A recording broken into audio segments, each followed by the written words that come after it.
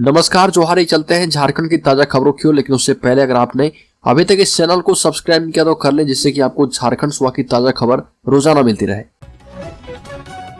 सबसे पहली और बड़ी खबर, झारखंड में बिजली संकट को लेकर क्राइसिस मैनेजमेंट में जुटी सरकार, सीएम कर सकते हैं बैठक। आपको बता दें कि कैबिनेट के द्वारा राशि स्वीकृत होने के बाद डीवीसी को किस्त के रूप में 173 करोड़ रुपए का भुगतान किया गया है, पर बकाया 205 करोड़ का भुगतान नहीं हो पाया है, जिसके कारण सेंट्रल पूल से बिजली पर रोक जारी है। डीवीसी का यह बकाया जून माह का है। बताया गया है कि 16 दिसंबर तक भुगतान न होने पर जुलाई माह का भी बकाया 200 करोड़ बढ़ जाएगा, यानी 400 करोड़ का बकाया राज्य सरकार पर हो जाएगा। और 16 दिसंबर तक भुगतान नहीं होने पर और भी बिजली संकट उत्पन्न होगी। और इसी को लेकर राज्य के मुख्यमंत्री हेमंत सोरेन क्राइसिस मैनेजमेंट की बैठक कर सकते हैं। और झारखंड में फर्जी सर्टिफिकेट पर नौकरी कर रहे 107 पारा शिक्षक होगी कानूनी कार्रवाई। झारखंड के ऐसे ढेरों पारा शिक्षक है जो कि फर्जी शिक्षक बने बैठे हैं। झारखंड के पारा शिक्षकों के सर्टिफिकेट की जांच चल रही है। अब तक 107 के सर्टिफिकेट फर्जी पाए गए। इस संख्या में बढ़ोतरी होने का भी अनुमान है। फर्जी सर्टिफिकेट पर काम कर रहे पारा शिक्षकों पर प्राथमिकी दर्ज करने की तैयारी की जा रही है। राज्य में 61,421 पारा शिक्षकों के सर्टिफिकेट की जांच चल रही है और अब तक 44,000 शिक्षकों के प्रमाण पत्रों की जांच पूरी हो चुकी है, जबकि 17,000 के प्रमाण पत्रों की जांच चल रही है। जम्मू कश्मीर से लेकर यूपी हरियाणा के संस्थानों के नाम से भी ऐसे सर्टिफिकेट मिल रहे जो कि संस्थान ही नहीं है। शिक्षा विभाग के द्वारा बताया गया कि उन पर प्राथमिकी दर्ज कर कानूनी कार्रवाई की जाएगी जो कि फर्जी शिक्षक है, और इसके लिए जिलों को निर्देश दिया जाएगा। संभव हो सके तो फर्जी सर्टिफिकेट पर काम करने के आरोप में राशि की वसूली भी की जा सकती है। अगली खबर, कांग्रेस जिलाध्यक्षों की सूची से बढ़ी नाराजगी। आपको बता दें कि कांग्रेस ने राज्य के सभी जिला के जिला अध्यक्षों की सूची जारी कर दी है। राज्य भर के किसी जिला में महिला, दलित और अल्पसंख्यक को अध्यक्ष नहीं बनाया गया। इस सूची को लेकर कांग्रेस के अंदर घमासान मच गया है। कांग्रेस के आला नेताओं ने इसको लेकर आपत्ति जताई और इसी को लेकर कांग्रेस के पूर्व सांसद फुरकान अंसारी ने पार्टी के राष्ट्रीय अध्यक्ष मल्लिकार्जुन खड़गे से मुलाकात की। अंसारी ने राष्ट्रीय अध्यक्ष से मिलकर जिलाध्यक्षों की सूची को लेकर आपत्ति जताई। मिली जानकारी के मुताबिक श्री अंसारी ने कहा कि राज्य में गठबंधन की सरकार बनाने के लिए एक समुदाय ने महत्वपूर्ण भूमिका निभाई है, लेकिन आज पार्टी की ओर से निराश किया जा रहा। अगली खबर, पंकज मिश्रा को पुलिस बचा रही है। केस का डीएसपी ने कर लिया है 24 घंटे में सुपरविजन। भाजपा विधायक दल के नेता एवं पूर्व मुख्यमंत्री बाबूलाल मरांडी ने कहा कि इस राज्य में हजारों केस डीएसपी के सुपरविजन की प्रतीक्षा में सालों और महीनों से पड़े हैं। वहीं साहिबगंज का एक डीएसपी पंकज मिश्रा को केस से बचाने के लिए 24 घंटे में सुपरविजन कर लेता है। बाबूलाल मरांडी ने कहा कि क्या मुख्यमंत्री हेमंत सोरेन अब भी ऐसे अफसरों पर कार्रवाई नहीं करेंगे। बाबूलाल मरांडी ने कहा कि गृह मंत्री की हैसियत से पुलिस की ऐसी अराजकता को रोकने की जिम्मेवारी श्री हेमंत सोरेन जी की है। मुख्यमंत्री अब भी चेत जाए, ऐसे सारे कारनामों के लिए जिम्मेवार माने जाएंगे। अगली खबर, रांची के काटाटोली चौक से अब इस सिस्टम से चलेंगे ऑटो। आपको बता दें कि रांची के काटाटोली चौक को जाम मुक्त करने के लिए अब नंबरिंग सिस्टम से ऑटो चलेंगे। अब काटाटोली चौक से खूटी, बूटी मोड़ और माझी मार्ग पर चलने वाले ऑटो मंगल टावर तक ही आएंगे और वहीं से सवारी उठाएंगे। सवारी उठाने के लिए मंगल टावर स्थित सड़क की बाईं तरफ एक ऑटो लगा रहेगा। उसमें सवारी भर जाने के बाद दूसरा ऑटो वहां पर सवारी बैठाने के लिए आएगा। नंबरिंग सिस्टम से ऑटो परिचालन की शुरुआत ग्रामीण सब ट्रैफिक एसपी नौशाद आलम ने कर दी है। मौके पर traffic DSP Jeetvahan Oraon, traffic police के अन्य अधिकारी उपस्थित थे। अगली खबर, झारखंड में इस साल 5 लाख वाहनों की बिक्री होने की उम्मीद पटरी पर लौटने के करीब है ऑटोमोबाइल सेक्टर। झारखंड के लिए अच्छी खबर है। रांची सहित पूरे झारखंड का ऑटोमोबाइल बाजार पटरी पर लौटने के करीब पहुंच चुका है। नए नए मॉडल एवं अत्याधुनिक सुविधाओं वाले खरीदार को लुभा रही है। 3 वर्षों के बाद इस साल यहां पर बाजार साढ़े रिकॉर्ड तोड़ेगा। इसमें ऑटोमोबाइल डीलर उत्साहित हैं। झारखंड में ही 2022 में कुल 4,58,352 वाहनों की बिक्री हुई थी। अगली खबर, खुलेगा झारखंड के बुराड़ी कांड का सज। 4 साल के बाद एक्टिव हुई सीआईडी। आपको बता दें कि झारखंड के बुराड़ी कांड का सज जानने के लिए सीआईडी की टीम फिर से एक्टिव हो चुकी है। सीआईडी के अधिकारी हजारीबाग के खजांची रोड स्थित शुभम अपार्टमेंट में पहुंचे और क्राइम सीन को रिक्रिएट किया। छानबीन इस बात के लिए होने की 4 साल पहले माहेश्वरी परिवार के 6 लोगों की सामूहिक मौत आत्महत्या थी या हत्या। घटना 14 जुलाई 2018 को घटी थी। ये दिल्ली के बुराड़ी में एक ही परिवार के 11 लोगों की सामूहिक मौत की घटना के कुछ ही दिनों के बाद का वाकया है। अगली खबर, रिम्स फोड़ कांड मामले में डीएसपी सहित आधा दर्जन लोगों से होगी पूछताछ। कई अधिकारी भी रडार पर है। रिम्स में इलाज के दौरान पंकज मिश्रा से वफादारी दिखाने वाले लोगों से ईडी पूछताछ करेगी। कई लोग ईडी की रडार पर है। कुछ लोगों को समन जारी कर पूछताछ के लिए बुलाया गया है। ईडी के द्वारा गिरफ्तार किए गए सीएम के विधायक प्रतिनिधि पंकज मिश्रा का रांची के रीन पास में इलाज शुरू हो गया है। लेकिन पंकज मिश्रा की हिरासत के दौरान रिम्स में रहते हुए जिन लोगों ने अपनी वफादारी पंकज मिश्रा से दिखाई थी, अब वो ईडी के रडार पर है। उनसे पूछताछ होगी और उनके खिलाफ कार्रवाई भी होगी।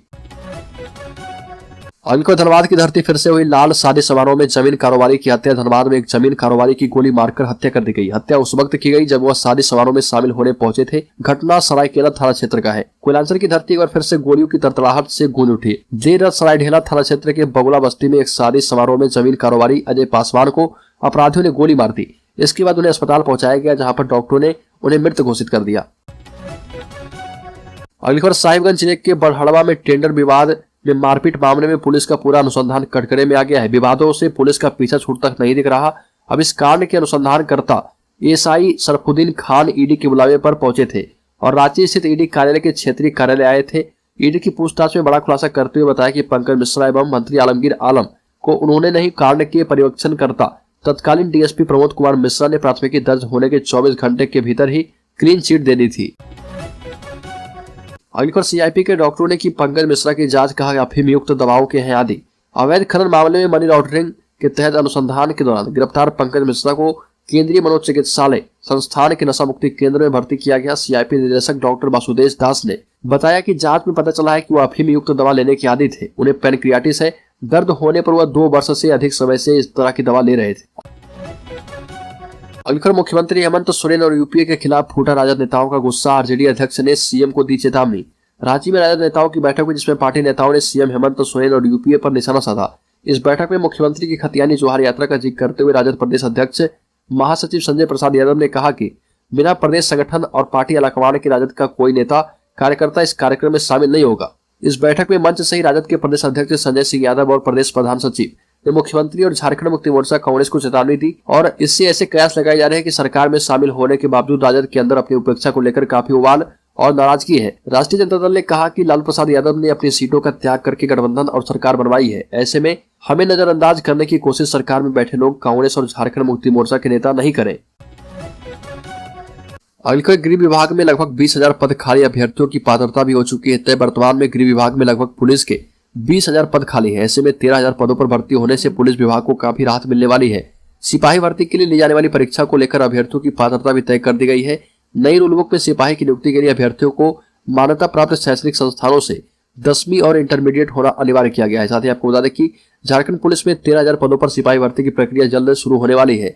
इसे लेकर गृह विभाग ने पूरी तैयारी कर ली है। दिसंबर माह में भर्ती के योग्य युवा पहले दौड़ लगाएंगे, फिर लिखित परीक्षा देंगे।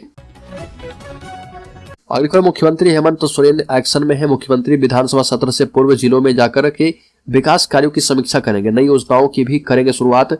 मुख्यमंत्री हेमंत सोरेन इसी माह राज्य के जिलों में जाकर विकास कार्यों की समीक्षा और योजनाओं का शुभारंभ करेंगे। यह कार्यक्रम विधानसभा सत्र पहले होगा। 19 दिसंबर से 23 दिसंबर तक विधानसभा का शीतकालीन सत्र होने वाला है। इससे पूर्व वो सरकार के द्वारा किए गए कामों को लेकर लोगों से रूबरू होंगे। सीएम के कार्यक्रम और कार्य योजना को लेकर राज्य के आला अधिकारियों ने बैठक की है। मुख्य सचिव सुखदेव सिंह, योजना सचिव अमिताभ कौशल, सीएम के सचिव विनय चौबे ने इस संबंध में जिलों के डीसी के साथ वीडियो कॉन्फ्रेंसिंग कर विचार विमर्श कर लिया है। अगली खबर नगर निकायों में 31 दिसंबर 2019 से पहले बने भवनों को रेगुलराइज करने के लिए अनधिकृत निर्माण को नियमित करने के लिए योजना 2022 का ड्राफ्ट जारी कर दिया गया है।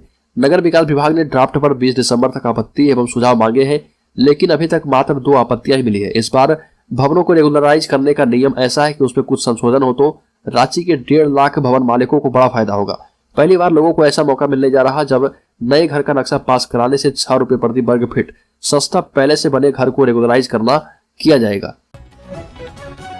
अगली खबर ईडी के गवाह को मिल रही धमकियां। साहिबगंज पुलिस कार्रवाई पर खड़े होते हैं सवाल। मनी लॉन्ड्रिंग और अवैध खनन के आरोपी पंकज मिश्रा के खिलाफ गवाही देने के बाद विजय हांसदा को लगातार धमकी मिल रही है। विजय हांसदा ने पहले भी धमकी मिलने और जान का खतरा बताया था। अब जब वह जेल में बंद है तब भी पुलिस की कार्रवाई पर सवाल खड़े हो रहे हैं। आरोप है कि पुलिस ने विजय हांसदा से सादे कागज पर हस्ताक्षर भी लिए हैं। अगली खबर आरजेडी झारखंड में बहुत ही ज्यादा गर्व है। प्रदेश अध्यक्ष संजय सिंह यादव ने इस मंच से स्पष्ट तौर पर संकेत देते हुए कहा कि अगर अस्थायी मुख्यमंत्री बने रहना चाहते हैं मुख्यमंत्री हेमंत सोरेन, अगर अंगद की तरह पांव जमा नहीं रखना चाहते हैं तो राजद पार्टी को लेकर चलना होगा। राजद की उपेक्षा की जा रही है, हम एक सीमा तक ही सहन करेंगे। मुख्यमंत्री हेमंत सोरेन अपनी मन की कर रहे। सरकार संकट में थी तो हम साथ थे, हमने कुछ नहीं कहा, लेकिन बार बार उपेक्षा की जाएगी तो हम बर्दाश्त नहीं करेंगे। आने वाले चुनाव को लेकर अपनी रणनीति भी इस मौके पर साझा करते हुए राजद के संजय सिंह ने कहा कि भविष्य में हमारा गठबंधन रहेगा या नहीं आने वाला वक्त तय करेगा, लेकिन हम सभी सीटों पर तैयारी कर रहे। अगली खबर आजसू पार्टी के सुप्रीमो और सूबे के पूर्व उप मुख्यमंत्री सुदेश महतो जेएम नीत राज्य सरकार पर जमकर बरसे और सरकार को कोसते हुए कहा कि मौजूदा सरकार गैर जिम्मेदार है। हेमंत सोरेन ने अपना कोई भी चुनावी वादा पूरा नहीं किया है, लोगों को रोजगार नहीं मिला है, सिर्फ भाषणबाजी मिली है। पार्टी महिलाओं को हक दिलाने की दिशा में पहले से ही काम कर रही है। सुरेश महतो ने कहा कि इसका नतीजा है कि त्रिस्तरीय पंचायत चुनाव में 57% महिलाएं जीत कर आ चुकी है। अगली खबर, मूलवासी सदान मोर्चा ने निकाला जुलूस, बिना कोई देर किए पिछड़ी जातियों का सर्वेक्षण कराए जाने की मांग राज्य सरकार से की गई। पिछड़ी जातियों की जनगणना, आर्थिक, राजनीतिक, शैक्षणिक स्थिति एवं मूलवासी सदान आयोग का गठन करने सहित विभिन्न मांगों को लेकर मूलवासी सदान मोर्चा के राष्ट्रीय अध्यक्ष राजेंद्र प्रसाद के नेतृत्व में जयपाल सिंह मुंडा स्टेडियम रांची से मशाल जुलूस निकाला गया और इसमें रांची, बोटू, होचर, काके, सिमडेगा और लोहरदगा जिले से लोगों ने मोर्चा संभाला। जुलूस में शामिल लोग पिछड़ी जातियों को 36% आरक्षण देने, ओबीसी की जातीय जनगणना कराने, उनकी आर्थिक, राजनीतिक, सामाजिक, शैक्षणिक स्थिति का सर्वेक्षण करने की मांग की। अगली खबर, हजारीबाग के जंगलों में फिर से एक आदिवासी किशोरी की हत्या। आपको बता दें कि हजारीबाग के टाटी झरिया थाना अंतर्गत मायापुर के कंदा पहाड़ी जंगल में एक आदिवासी किशोरी का अर्धनग्न शव मिलने से क्षेत्र में सनसनी मच गई। ग्रामीणों ने अर्धनग्न शव की पहचान गांव की 17 वर्षीय फूलवती कुमारी पिता किशन टुड्डू ग्राम जेरुआडी के रूप में की। जेरुआडी के ग्रामीणों ने बताया कि सुबह गांव के कुछ लोग प्रतिदिन की तरह जानवर को चराने के लिए कंदा पहाड़ी की जंगल की ओर गए थे और वहां पर एक लड़की के शव को देखा जिसके माथे पर चोट के निशान थे। वो डरते सहमते वहां से भागे और ग्रामीणों को इसकी सूचना दी। अगली खबर, रांची के ईडी ऑफिस पहुंचे बिरसा मुंडा सेंट्रल जेल के अधीक्षक हामिद अख्तर। अधिकारी कर रहे पूछताछ। बिरसा मुंडा सेंट्रल जेल के अधीक्षक हामिद अख्तर रांची के ईडी ऑफिस पहुंचे। ईडी के अधिकारी उनसे पूछताछ कर रहे हैं। आपको बता दें कि ईडी ने उन्हें 5 दिसंबर को पूछताछ के लिए हाजिर होने का निर्देश दिया था। बिरसा मुंडा सेंट्रल जेल के अधीक्षक हामिद अख्तर को दूसरी बार नोटिस जारी किया गया है। इधर ईडी ने पंकज मिश्रा को अब तक रिम्स में जमे रहने की भी जांच शुरू कर दी है। इस मामले की जांच के लिए ईडी की एक टीम दोपहर करीब 2 बजे रिम्स पहुंची थी। अगली खबर, राज्य में मिड डे मील पर गहराया संकट। प्रारंभिक स्कूलों में कुकिंग कॉस्ट की राशि हुई खत्म। झारखंड के प्रारंभिक स्कूलों में कुकिंग कॉस्ट की राशि खत्म हो गई है। इससे स्कूलों में छात्र छात्राओं के मिड डे मील पर संकट गिरा चुका है। राशि नहीं होने पर स्कूलों के शिक्षकों को या तो अपनी जेब से राशि खर्च करनी होगी या फिर उधार में ही सामान लाना होगा। राज्य के प्राथमिक एवं मिडिल स्कूलों को सितंबर महीने में ही जुलाई से अक्टूबर महीने तक की राशि दी गई थी। अक्टूबर में ये राशि खत्म हो गई है। पूरक पोषाहार अंडा के लिए नवंबर तक राशि थी। इस राशि से ही मिड डे मील के कुकिंग कॉस्ट के खर्चे का वहन किया गया। अब राशि खत्म हो चुकी है और स्कूल के शिक्षक अपने अपने पॉकेट से सब्जी एवं दाल, तेल, मसाला ला रहे हैं।